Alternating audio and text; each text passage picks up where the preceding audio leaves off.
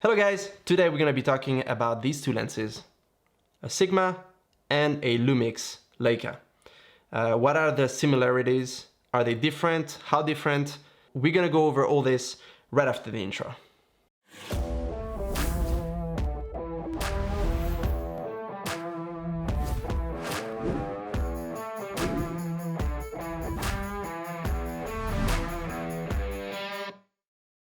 I have recently shot a B-roll in a kitchen for one of my projects. This cook wanted to have a little promotional video. I've shot it with this guy, the Sigma 16mm f1.4. Most of the time I was not wide open. I was open at f2, f2.8. Those were usually the apertures that I used. And I'm including it right here so you can see this B-roll.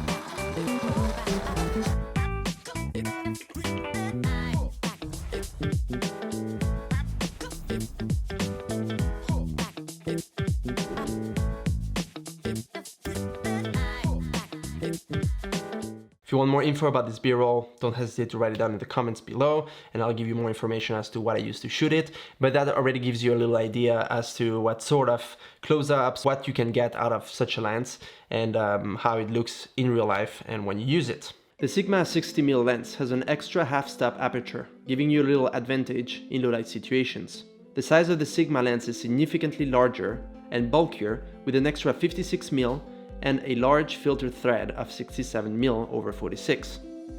This can be a con for some people who are looking for something small, but for me, and for a lot of filmmakers and photographers out there, this is a major pro as it gives you an extra grip on the focus ring. Talking of focus ring, the one on the Lumix lens is really small and that is, by itself and for me, a reason not to use it. In terms of weight, the Sigma lens is 290 grams heavier, which is about twice the weight.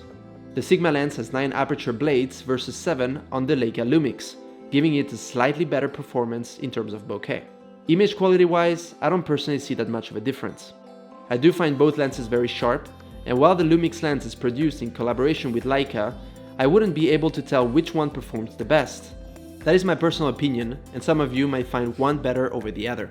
Okay, having all that out of the way, you can already have an idea as to which lens is best for you, for what you do, and which one you want to buy based on your needs. One thing that I do want to mention that I think is actually cool and in my opinion important as a filmmaker is the fact of having an physical aperture ring and buttons for manual and autofocus. Very clicky. There you go. So that is the aperture ring. When you're on a shoot or you're filming something, to me it's very important to be able to change the aperture easily without having to go into settings or without having to change the mode to then change the aperture to then go back into the filming mode, which is what's happening on the GH5 every time I shoot with this lens or other lenses that don't have a physical aperture ring. I have done tests for autofocus. I don't usually use autofocusing that much, but for those that do and that want to see a little bit how these two perform and compare, here they are.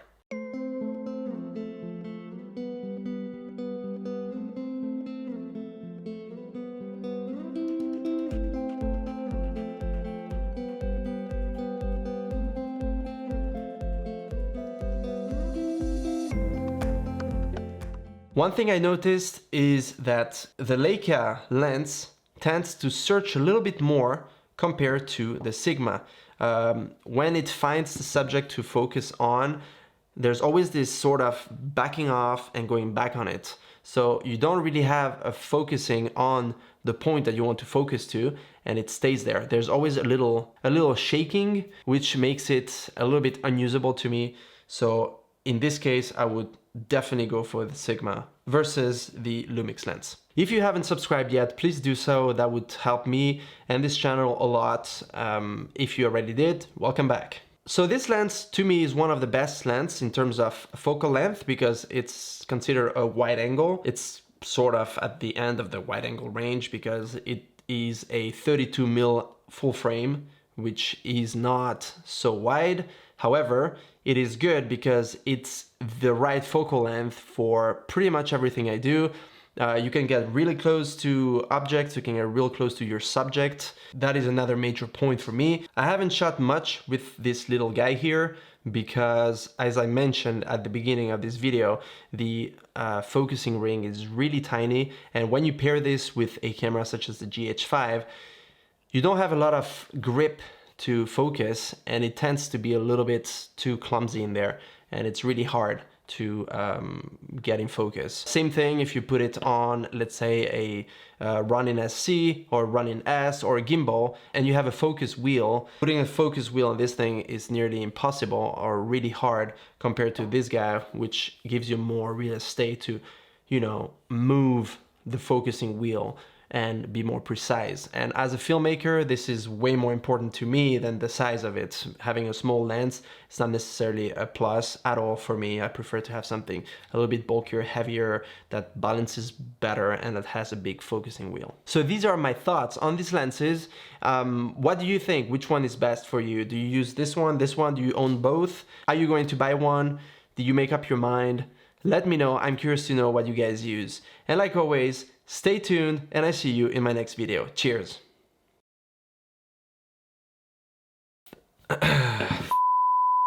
Then about photos, I'm not going to be... I guess that's fine. Is that fine? I think it's good.